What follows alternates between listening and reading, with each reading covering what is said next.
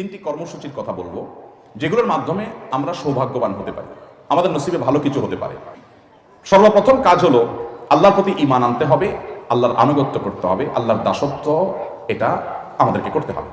মুসলমান মানেই হলো আত্মসমর্পণকারী আল্লাহ রাব্বুল আলামিনের কাছে। মুহতারাম হাজিরিন, অতএব আমাদের ভাগ্য সুপ্রসন্ন হবে, আমাদের ভাগ্যে ভালো কিছু লেখা হবে যদি আমরা আল্লাহ রাব্বুল আলামিনের আনুগত্য সঠিকভাবে যথাযথভাবে করতে পারি। যে যত বেশি করতে পারবো তার নসিব তত ভালো হবে। দুই, বিশেষভাবে ভাগ্য যেন সুপ্রসন্ন হয়, আমাদের জীবনে হায়াতে এবং রুটি রুজিতে যেন বরকত হয়, কল্যাণ হয়। এই জন্য আমাদেরকে আত্মীয়তার বন্ধনগুলো রক্ষা করতে হবে। আত্মীয়তার সম্পর্ক যে যত বেশি সংযুক্ত রাখবে, আত্মীয়তার সম্পর্কগুলোকে যে যত বেশি জোড়া লাগাবে, রক্ত সম্পর্কে আত্মীয়দের সাথে যাদের যত সুসম্পর্ক থাকবে, আল্লাহ তাআলা তাদের হায়াতে এবং রিজিকে তত বেশি বরকত দান করবেন। নাম্বার 3 এবং শেষ নম্বর আমল হলো দোয়া করা। ভাই, দোয়া এত বড় অস্ত্র, আল্লাহু আকবার। সবচেয়ে বড় এই অস্ত্রটি সবচেয়ে বেশি অবহেলিত থাকে আমাদের।